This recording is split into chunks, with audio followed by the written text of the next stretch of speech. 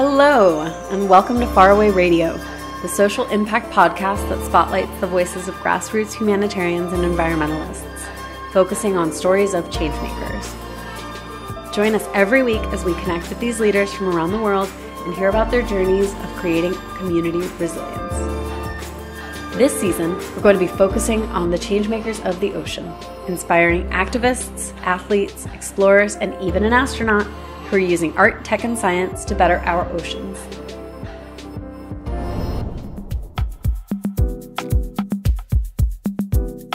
My name is Desiree Tavera, Executive Director of Faraway Projects and your host. This season is in collaboration with Ultramarine Ocean Action Summit and recorded at their various events throughout the year. All of our guests have such unique origin stories, and it's so motivating to hear how they're leading ocean regeneration through their work. Jeremy McKane is an artist with an extensive background in technology. At 18, he found himself working at a startup that would one day become the world's largest web hosting provider, NTT Vario. McKane's artwork has been shown around the world and often combines technology and visuals to create conversations around the ocean. He is also the founder of OCN.ai, a tech company that's developed a health monitoring system for the ocean. The OCN.ai system is like a fancy Fitbit for the ocean. OCN uses data to measure, report, and verify ocean health. This ultimately enables funding via blue carbon credits, creating a new revenue source for island nations. Susi Mai is a lover of adventure and the oceans. She's one of the world's most successful female kiteboarders, having won the prestigious Red Bull King of the Year award 3 years in a row. And from 2003 to 2012, she consistently achieved a top 5 position on the Kiteboarding World Tour. Her deep passion for the ocean has manifested into a number of creative, innovative, and impactful projects that combine water sports and ocean conservation, including Ultramarine and the Cabarete Kite Festival in Dominican Republic. She has recently taken up a new adventure, motherhood. Let's find out more about what Susi and Jeremy are up to in the ocean space. Welcome, Jeremy and Susi, two very dear friends of mine. Jeremy McKane and Susi Mai, legends of the ocean. This is Desiree Tavera and Faraway Radio, and for those of you listening, we tell stories of community resilience and change makers. So we're here today with two very awesome humans who are beyond inspiring. We were actually just trying to figure out how we met. We were on either a phone call with Dr. Nathan Walworth, a second-generation climate scientist, or Tom Chi, who invented the self-driving car for Google X as a method of saving carbon. Needless to say, so many intersecting worlds, so many intersecting lives at this point. And it's just truly an honor to be able to take some time and sit down. So if you could introduce yourselves a little bit, it would be great to hear how you came to the ocean space. Yeah, well, first of all, thanks for including me. I always love any excuse I can to hang out with you because it's a guarantee that it's going to be an absolute blast. So, the ocean space, I think, for me started when I was a kid. I used to go see my grandma in Corpus Christi, and I don't know, it didn't really seem like anything special. Grandpa and I would go fishing, and it was always associated with palm trees and a good time. But I started to feel kind of upset a little bit as I got older because I watched those green waves turn into like chocolate milk colored waves and trash and stuff. And I thought, well, anyway, I really think maybe those early years is what got me interested in trying to see if we can do something, because it seems like so many people absolve themselves of responsibility thinking that, the government's going to fix it or some other NGO, when at the end of the day, I believe that our passive actions actively are harming the planet. For sure. Susi? Yeah, I also want to say thanks for having us. It's really amazing to be here. And, Art Week Miami is crazy. Yeah. And it's great to have you as a chaperone in this madness.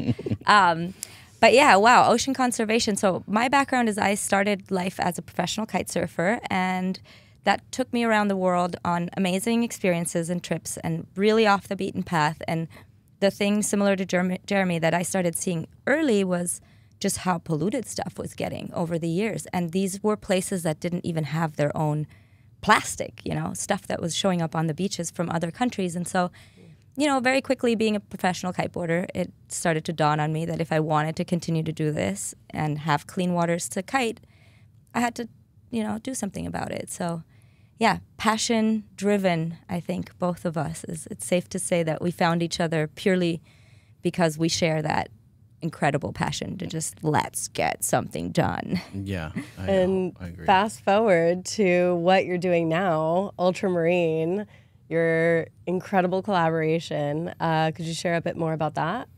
Yeah, I mean, well, it actually, for me at least, it kind of started with this friend of ours, mutual friend of ours, Susanna Barla, who I used to always tell her, and if she's listening to this, she's going to laugh as loud as she possibly can.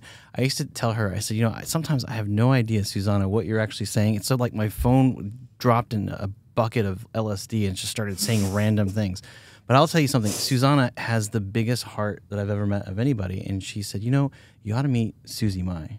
Susie Mai has a lot of the same frustrations that you do. I think you guys would be friends. And that's how we got linked up. And, Susie, I remember asking, she said, well, if you were to do something on Necker, what would you do? And I was like, remember I said, oh, easy. And of course, every time I say that, Susie's like, whatever, nothing's ever easy. But I was like, what if we had politicians, scientists, artists, business leaders, and we put them there and said, hey, you guys are, you're all capable of doing something amazing. The problem is that we don't always talk to each other. What if we just put everybody in the same room and said, we have one tangible overarching goal. Let's make it happen. And I remember Susie saying, yeah, that's a really good idea, but we'd need to go talk to Richard about this. And that was I don't know if you remember that, but it was a very odd way to kind of pitch something to Richard because I hadn't really had an extensive conversation with him at that point. And here he is just wearing his swim trunks. And I think he was eating like bangers and mash. And I was like, this is the worst time to pitch somebody is while they're eating and they just came out of the ocean. But he was... I did throw you in the deep end. It's okay. But he was receptive, which is great. I'm like... Here, Jeremy, tell Richard what you want to do. Hey, we have Ultramarine. We're in year 5, so it's great. You did something right that first meeting. It's team effort here. That first meeting, but yeah, it's been a really beautiful evolution to create Ultramarine together.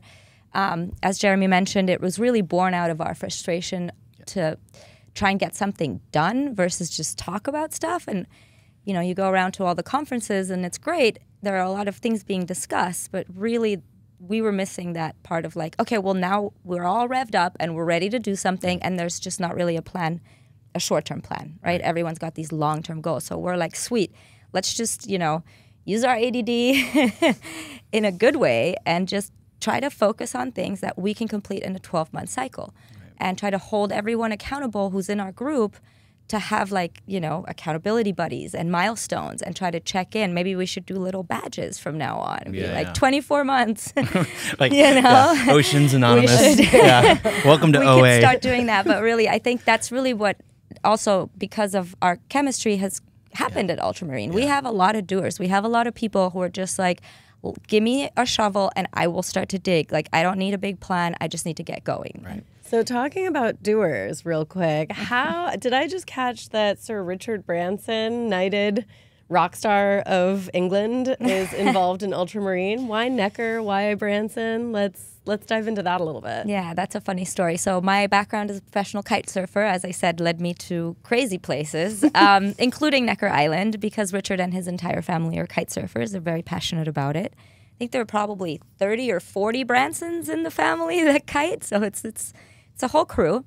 And early in the kiteboarding world, I just kind of got invited to help them kite and try to keep them alive while they were off doing crazy things. And, they're still around, so I feel like I've done my job. And along the way, it was just, Richard was just, he saw my passion and, bless him, he's an amazing human who just likes to, cultivate people's passions. And so he said, why don't you do an event here on Necker Island? And if you were to do something here, similar to what I said to Jeremy, many, many years later, he said, what would you do? And, after a lot of different things and trying out, we've done all kinds of things, blockchain stuff. I really ended up on the environmental side and making ocean my focus because that's what I'm the most passionate about.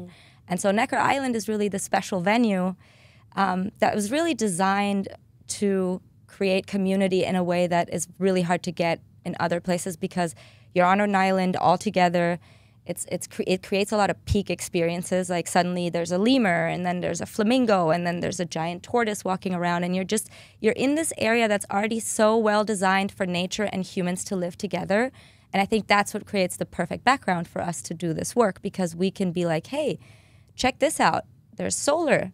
There's wind power. The island is producing so much power. It's feeding the other island with its power, right? And there are creatures that are literally going extinct in their home natural habitats that are reproducing on Necker Island. So it's just really beautiful to have that as a setting. And then, of course, having Richard's support and him being one of the attendees of Ultramarine has been invaluable for us.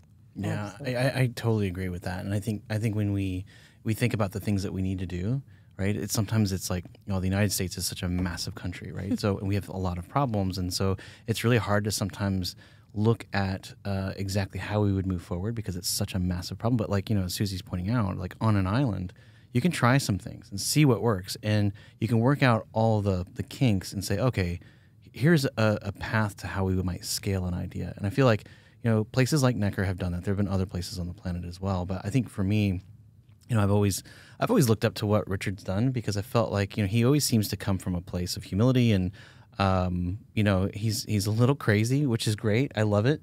I mean, he constantly, I think, is pushing the envelope of the way that we look at and think of things. And early on, I always would say, hey, wouldn't it be cool if I could get to work with Richard on a project or something? And I would just loosely say that, not actually having a target.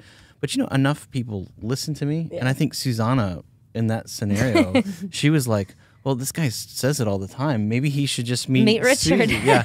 And I think it's really funny. There was another event. I don't know if I ever told you this, but there's another event that happened on Necker. And they said, oh, would you like to come to Necker? And I said, sure. And anyway, they said, well, what do you do? And they asked all the questions. And then they're like, oh, cool, but you're not a girl, so we're looking for more women. And I was like, well, that sucks. Like, I guess I could change that, but I'm not going to do it for an event. But I just kind of like brush it off. And I think when you are really intentional about the things that you want to do, like it's those things become side effects, right? So it's not it wasn't necessarily important that we do it on Necker. It wasn't necessarily important that we do it with Richard. But when you're trying to achieve these united goals, sometimes those characters just seem to pop into the world. Yeah, and it's so innovation driven. Like I've noticed from the community that you bring together, I've noticed from just the presentations and the panels that you put together. Could you speak a little bit more about where that comes from and how you got so into tech, and how particularly Jeremy, like you focus so much on the innovation that's possible? I think maybe my interest in that space kind of comes from the fact, I remember Miss Druce, my third grade teacher, she said to all of us in class that we had a hole in the ozone layer. And I was like, far out. Like, that's really bad. And what causes it, Miss Druce? And she was like, what was chlorofluorocarbons, CFCs, and they're in our air conditioning. It's in our. I remember we had these huge Aquanet bottles. Like, my mom was at Estee Lauder, and she used to always have just copious amounts of hairspray. I am from Texas, by the way, so there's a reason for that. The higher the hair, the closer to God. Exactly. You got it. We can close this podcast now. But those, what was interesting about that era was that this was a technological push, right, to try to figure out what we can do about the ozone layer. But this was also a united front, right? We had politicians, we had business leaders, we had consumers all saying, look, we don't want to mess with CFCs anymore. We want to find another alternative. And there weren't disinformation campaigns that we see today, right? There wasn't divisions. There was unification. And it was solely because of that unification that innovation came out of that. And then there was technology that was built because everyone was wanting the same thing. And guess what? We fixed the hole in the ozone layer. And when people say, oh, well, we can't fix the climate, it's too pompous for us to think that we don't have the power, God controls the weather and all this kind of stuff. Yeah, but we're the ones that messed it up. And if we're the ones that messed it up, we're the ones that can make it right. I really believe that. And so I do think technology plays a vital role in that. I mean, my work at OCN.ai, which is a company I started in 2018, the whole mission is to try to measure so that we know what to improve. Because right now, we're not measuring in a fast enough frame rate so that we can actually make active decisions. Because most of the time when you hear a report, like the next IPCC report that comes out, it's going to be a report of what happened. Wouldn't it be cool if we could have a report of what's off and it gave us time to do something about it before it became catastrophic? And so that's why I think, how else would you do that? You do it with technology. Yeah. And I'm not saying that it's a silver bullet, it's going to solve all the problems, but we got to start somewhere. Yeah, I mean, we've got speedometers to tell us when we're going too fast. I don't use those. Oh. Not in Texas. Don't mess with Texas. Does not follow the speed limit. Yeah, I don't think anybody follows the speed limit in Texas. Anyway, that's a whole nother thing. Sounds fun. I know. So speaking about going fast and maybe not breaking things, where's Ultramarine headed? Where's the vision? Where's the mission going? And can you tell us a little bit more about this January event? I mean, you mean this amazing event we're about to host in 4 weeks' time, and we're all sitting here freaking out because we're at Art Basel when we should be working. This is working. Excuse me. No, of course. No, so What is work again? we don't have an office. Neither of us do, by the way. So this is maybe a little bit of a telltale thing. But I haven't had a desk in 22 years. no, I mean I don't. Anything's a desk if you look at it, right? That's true. It's a couch desk because I've had one of those for a while. There you go. No, but back to your question. So Ultramarine started just before the pandemic, and then we, as everybody else, just kind of got, super, super floored from 1 minute to the other. But we were able to keep our event on Necker Island going. Luckily, Necker is a small private island that was able to put a lot of COVID measures in place. And even though our tiny, tiny event in 2021 was only 14 people, we made it and we did it and we continued the mission because we believe that just because of COVID, it doesn't mean that all of the ocean problems stop. And even some of those got made worse by the pandemic, right? So fast forward to now versus when we started, I think we're now finally back at the place where we can really put the pedal to the metal in the form of doing a lot of other meetups and doing a lot of community building exercises that were just impossible during the lockdowns. I know Jeremy has a few expeditions planned with whales in Tonga.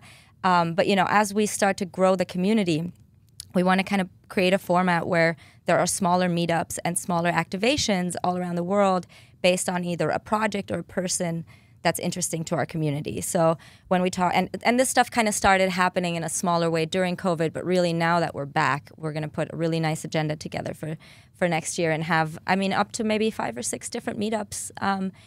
Things like Jeremy McKane coming to Hawaii with the underwater dialogue for munitions and trying to get all these unexploded warheads away from the reefs that the tourists are snorkeling on, right? And these are all of these projects that come out of Ultramarine are going to turn into their own expeditions and missions, and we're going to be throwing parties, all over the place. We like to go to COP. We like to go to all the bigger ocean events and do our satellite events. So really the vision is to just continue to grow the community in a grassroots and core way, to bring more amazing people in. And this is what I always have to say at this part. We don't really have any sort of standard. You can be an ultramariner no matter who you are. You don't have to know much about the ocean. You don't even have to like the ocean that much, because we'll promise you that after you hang out with us, you're going to be looking around for something to do. Because we're old. Totally. Yeah. We have a bunch of, the list is very long. We got a guy in Texas who made flip-flops to redesign, make a flip-flop now that's biodegradable. Yeah, so I'm wearing them. These are Harimari's. Harimari, if there's a version that if it ends up in the ocean, it's not just plastic, it's actually good for the environment and feeds the fish. So, right? So these are the kinds of things that we're into, and these are the kinds of people we want to attract. Just people who are doers, people who are excited, people who are fun and happy and want to hang out with us. That's really the only prerequisite. You don't need to know too much. You don't need to be a scientist. We got a lot of those. And that is something really democratizing about the community that you bring together. Everyone is just so positive and so grounded and so heart-centered that, they're very vulnerable about what they're working on and what stage they're at. And they're just down to connect. That's the beauty of this ultramarine community. It's really impressive. Jeremy, you were saying? I think that it's interesting because it's so many times you go to these events and it's like preaching to the converted, right? And it's like that's the opposite of what we really wanted, And I'll throw his name out there. Roald Smeets, he's the CEO of Sitco. He came and he even admitted he didn't even know what he was getting into. But here's the CEO of a major financial institution in New York, right? And he even said, like, look, if we're going to make an impact, like, the financial institutions need to be involved, and I know for a fact that we could do more. And so, it's really awesome to get people to see from those perspectives, because I'll be honest with you, I mean, I've now gone up to New York multiple times to go meet with his team, and I told him in the very beginning, I said, look, I am not a finance guy. I don't understand this stuff. And I think all of us, when we come to Ultramarine, we kind of follow Richard's lead a little bit and err with a little bit of humility. Be honest about what you don't know. And I think when you do that, everybody kind of comes together and helps lift you up. And that's what we really wanted at the end of the day. We just wanted to find ways to put people together that we could actually have some kind of tangible measurement at the end. And it's easier to have an accountability buddy than like an accountability buddy. I'm 100% coining that. Can we make T-shirts of that, please? Accountability buddy. I'm an ultramarine accountability buddy. Noted. Yes, I'm going to wear that. No, but it's a lot easier to hold someone accountable that you're friends with, that you care about, than adversarially. Of course. Like, and that's something that, like, inviting new people to the ocean space, like, you can start creating these measures of accountability through support systems. Like, that's really powerful. And I really think that, we've kind of run out of time to try and fix it all on our own. There literally is no time left. And the only way is going to be for everyone to just get together, work together, pull other people in. Just like Jeremy mentioned, Roald, like, we need the people who can move the needle to just do a little bit. We don't need a bunch of people to change their lives around. Because their little bit is our lot. Exactly. No one needs to, like, ruin their P&L. No one needs to ruin their business plan for doing the right thing. There are many, many ways to do the correct thing without sacrificing anything else. And unless you're BP. I mean, there will always be things that we need petroleum for. Sure.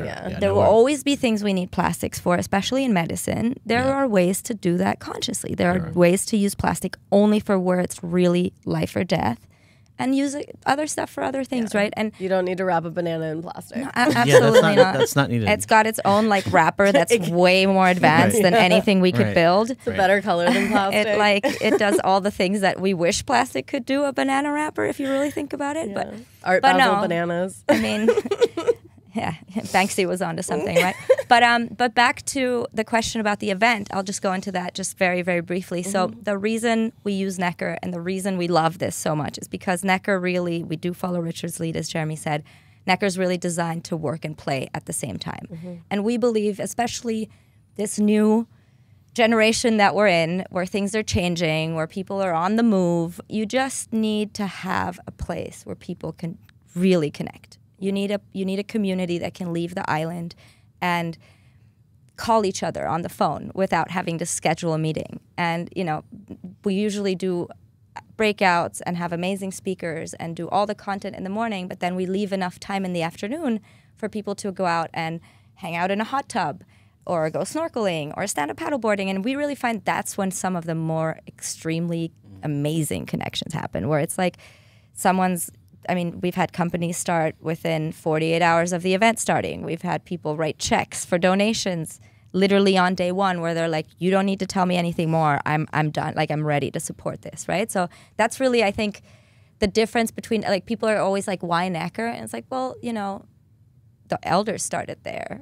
Mandela, Jimmy Carter, there are the Carbon War Room. There's so many incredible organizations that came out of that place because it is just a natural catalyst for this kind of stuff. Susie, do you remember that first year we did Ultramarine, and then Richard asked for an agenda?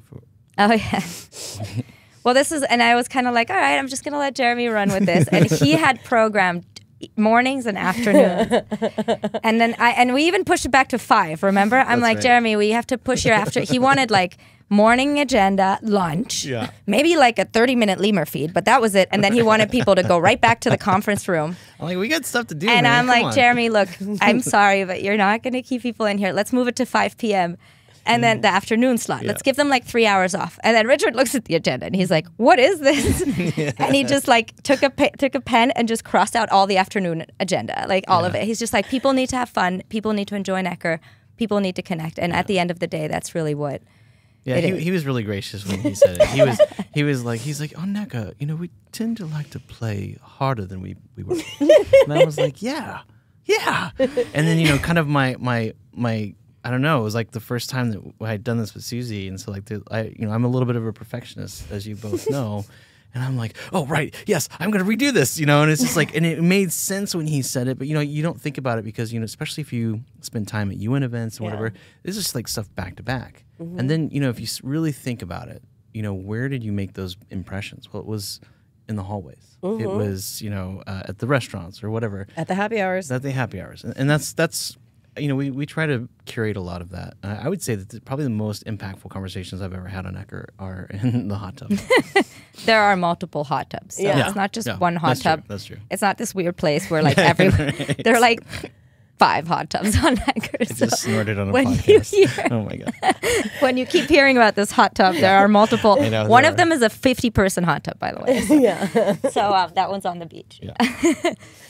But yeah, we're just stoked to have found each other, I guess, Jeremy. And we're stoked that we're in year 5 and we really have some great people. We've had some amazing outcomes. Maybe, Jeremy, we can talk quickly about some of the things that we've actually achieved in the last 5 years. That'd be great. Sure. Yeah, I think, that's one of the things where I would say, like, I would love to be able to say that, Susi and I, we just made it all happen, put the right people together. But the truth is that we have an idea and then people come and they say, well, what if? Yeah. Right? And it's and the two of you have gravitational forces. Let's be clear. Well, we don't know why. Yeah. Maybe it's the karaoke. It's definitely the karaoke. I don't know. But we've had a couple really interesting things that have happened. One of the ones I think that for me I feel has had the most gravity. We had a gentleman by the name of Ross Gibby come to Ultramarine. And I remember having conversations with Ross leading up to coming to Ultramarine, and they were just like, I don't know. Because keep in mind, we're always trying to find sponsors so that we can try to reduce the cost as much as possible to individuals. It's not an easy thing to do. But as I like to look at it for myself and any type of event like this, and it sounds cheesy, but it's an investment in the individual, right? And I think Ross and CRDC realized that because when they came, they realized how volatile like all of these ideas are and how they just lit up on fire. And so just to tell you, CRDC is the Center for Regenerative Design and Collaboration is what it stands for. But what they've done is they can take all forms of plastic 1 through 7, right?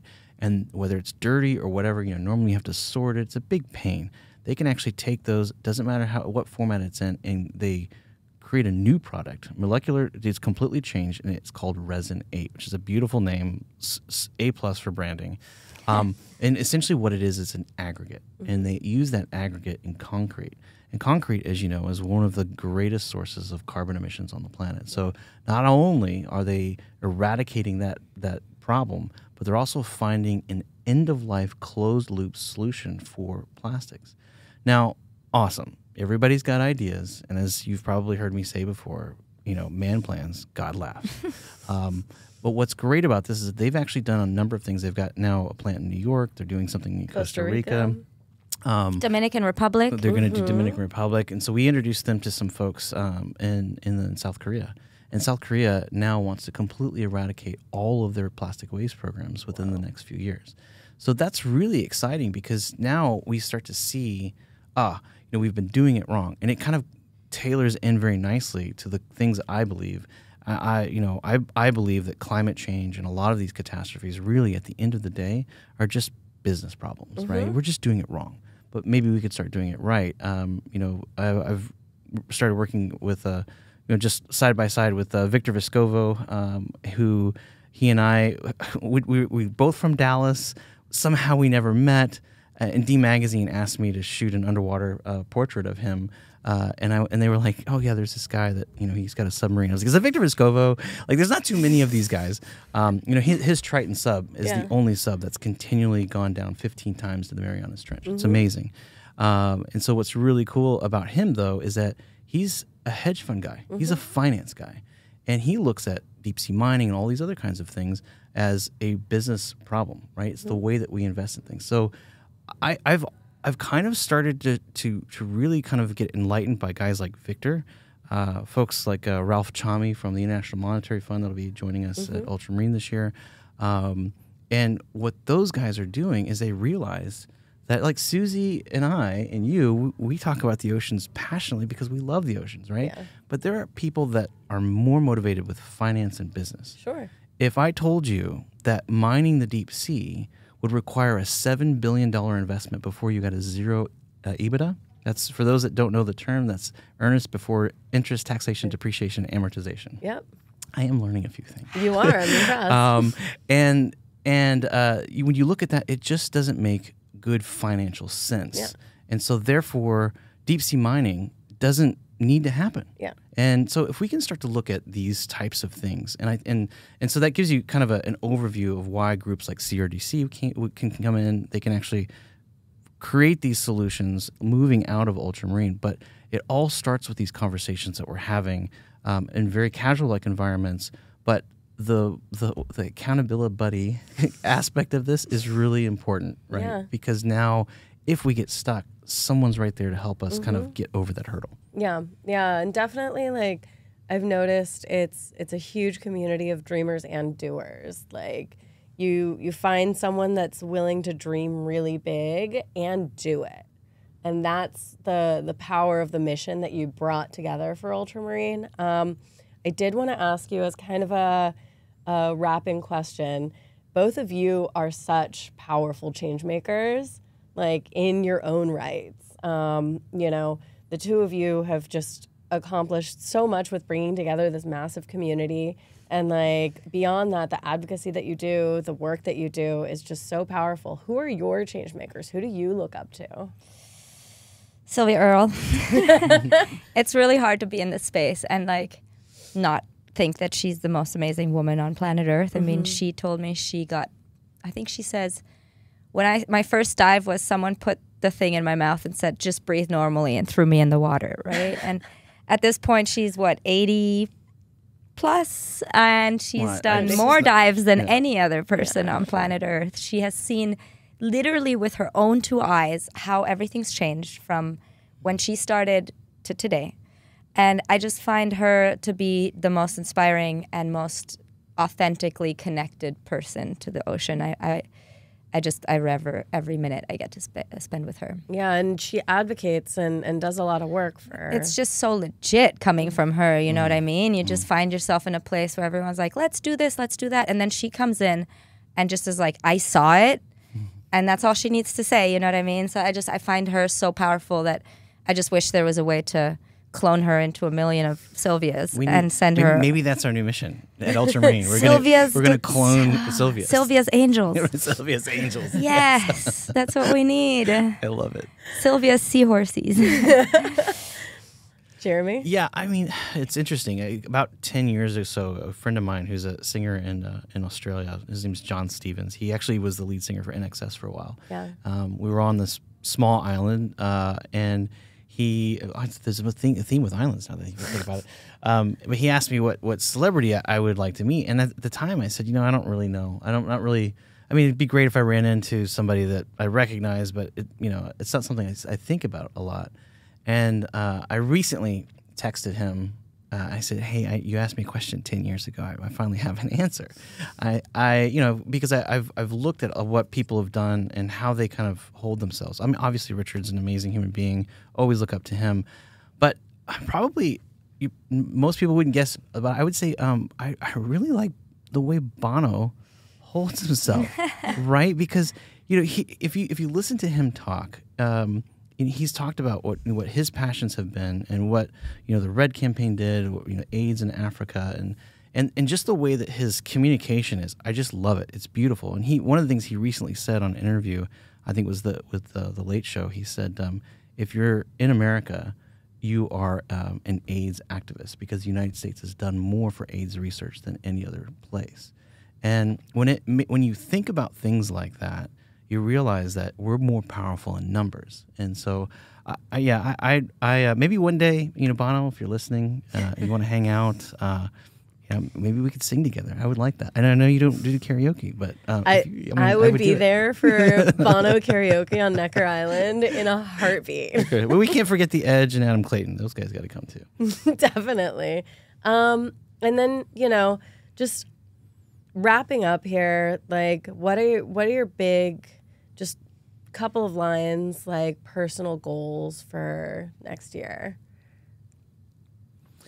Yeah, I think one thing I'm really excited about is blue carbon. Yeah. And I think that, the way that, everybody knows I'm from Texas, and we have this black stuff that came out of the ground in 1901 in a little place called Spindletop, which was just north of Beaumont, Texas. But we didn't realize what our unintended consequences were for using that black stuff. And now we're fighting climate change because of that. And so in that era, oil and gas became extremely profitable. I believe that, Sylvia and I have talked about this before too, is that we don't have the metrics to value a healthy ecosystem. Mm-hmm. Well, we do now. Mm-hmm. And we've now had, for some time, terrestrial carbon credits that we've been able to trade and understand what that value would be on an exchange. But now we have other technologies, which I'm really excited to use, blockchain technology, distributed ledger, so that I can actually make sure that those funds go to local indigenous groups to actually maintain the thing that sequester carbon. But Ralph Chami, who I've really enjoyed spending time with over the phone as of late, actually, he and I tried to connect at the UN, and it just didn't work or whatever. And Sylvia Earle sent me a text message, and she said, "Do you have a time to talk?" And I said, "I do." And she says, "Jeremy, have you talked to Ralph Chami?" And I said, "Well, I've been trying to, but I can't seem to, we can't get our schedules together." "Well, you send him a text message and let him know that I want both of you guys to talk today." I was like, okay. So I sent him a text message. It's like, "Her deepness says that we have to talk today." And I never not do the thing that she asked me. Sylvia Earle is her deepness. Yeah. So we got on the phone that day and we started talking about this. And one of the things that I think is really good for the listeners that are listening to this to realize is that, we all know these guys that go to Africa that kill or poach, an elephant, and it costs $50,000, and that money goes to the local community. In some ways, there's some arguments for why that's good. The real thing about this is that when you hear Ralph talk about this, and he's got a wonderful TED Talk that's just been released, is that it's not so much about the carbon that animal sequesters towards his life, but it's the way that it interacts with inside the ecosystem. Yes. They call it ecosystem services. So what I really want to be as an outcome to Ultramarine moving forward, because if we're going to tell the world that SDG 14, which is the Sustainable Development Goals, is one of the taglines is to protect 30% of the world's oceans by 2030. Well, we can't just arbitrarily say these things, right? We have to have tangible solutions, as Susi said, with these 12-month rolling cycles. But if we could go to the unconverted and say, well, we know how much a whale, a shark, seagrass, mangroves, the list goes on, is from a trading or exchange level, then now there's two things that's really cool about this. One, we know what that ecosystem service value is for that local community, mm-hmm. where we can create jobs and income. The other thing that I think is so amazing is that we all remember the Exxon Valdez spill, right? Mm-hmm. The price that was put on that was solely related to cleanup. Mm. But if we were able now to calculate the amount of life that was lost in its ecosystem service value, mm-hmm. then theoretically we should be charging Exxon for all of the life that it's taken out that can no longer sequester the carbon. Yeah. When you really think about this, it's absolutely mind-blowing, and I think this is the next oil and gas type of boom, right? Yeah. We just have to get laser-focused and organized. That's awesome. Thank you for sharing. Susie? Well, I'm a mom now. Yeah. I have a 1-year-old, and it's crazy and really fun. But it's really, and I was always I'm like, no, it's not going to change me, right? I think everybody says that. Like, I'm not going to let this change me or my life. It's completely changing me and my life. And I want to get into the educational part a lot more. I think all of the stuff that we're doing and all of these things that we're inventing, if we get the right demographic involved, it'll take 1 year instead of us old folks doing something for 20 years. Honestly, like they're going to be so on the cutting edge. They're going to be so versed in this technology coming up. It's going to be second nature to them. Stuff that for us is, even hard to comprehend. These guys are going to just be like, oh yeah, of course there's a bacteria that eats plastic, whereas we're just like, that's a thing now, So I really think that my passion for going forward is going to be just going more that direction. Just figure out how to educate everybody, get that message of ultramarine out there, and not just, like Jeremy said, and it's funny because the children are already converted, right? Like, we just need to not let them go down the whole... cynical. Right, exactly. What's funny about that is about 6 months ago, we were doing that NSF dive in the Keys. And Zara, my girls, Zara and Sydney, they're 9 and 12 respectively. NSF's National Science Foundation. Yeah. Sorry about that. But this is what happens in this world. We just get stuck with TLAs. Yeah, 3-letter acronyms. My eldest daughter jumped in the water first, and I was spending time with her, and my youngest was with Chandler Griffin, who's on my team. And unbeknownst to me, the night before, she actually listened to Dr. James Porter talk about Serratia marcescens and how it's killing it's creating white pox on the reef, and it's basically our poop that's killing the reef. Yeah. And so she's swimming with Chandler, and she taps him on the shoulder and points at, she goes, that white stuff on those coral, that's white pox. And Chandler goes, yeah. She goes, that's coming from our poop, isn't it? And she says it exactly the way it is. And Chandler goes, yeah, it is. And she goes, now I understand why my dad does this. So you're absolutely right. Awesome. Like, education is the most important thing that we can do right now. Yeah, and there's the Green School Alliance, so it'd be cool to see an initiative around the Blue School Alliance pop up. I like that. I know, right? This is good. Put it on the list. We're gonna need a bigger list. Right. Well, Susie, Jeremy, as expected, it has been an absolute pleasure. Thank you both so much for absolutely all that you do, for bringing me along for the ride, for taking some time to talk to Faraway Radio's listeners, for Ultramarine, everything. Thank you both. Thank you so much for having us. We are a huge fan and supporter and user of the services from here to here. Yeah, for Faraway Projects. Yes. Absolutely. Actually, thanks to Faraway Projects, we have the OCN Foundation. Yeah. So we're really grateful to be working with you. But the truth really is, for me, if Des asks me to do anything, she's one of the few people on the planet I don't ask any more questions. I just say, yes, I'm in. Thank you guys so much. Can't wait for the catamaran on Necker. Yep. Everybody tune in to our social, tune in to our Facebook, Instagram. The handles are always Ultramarine Ocean, and you can see what we get up to, even if you can't join us this time. And they will all be in the show notes, hyperlinked to all the things. Perfect. So, and that's the way to stay in touch. Scroll down, connect, and we will be seeing you in the water.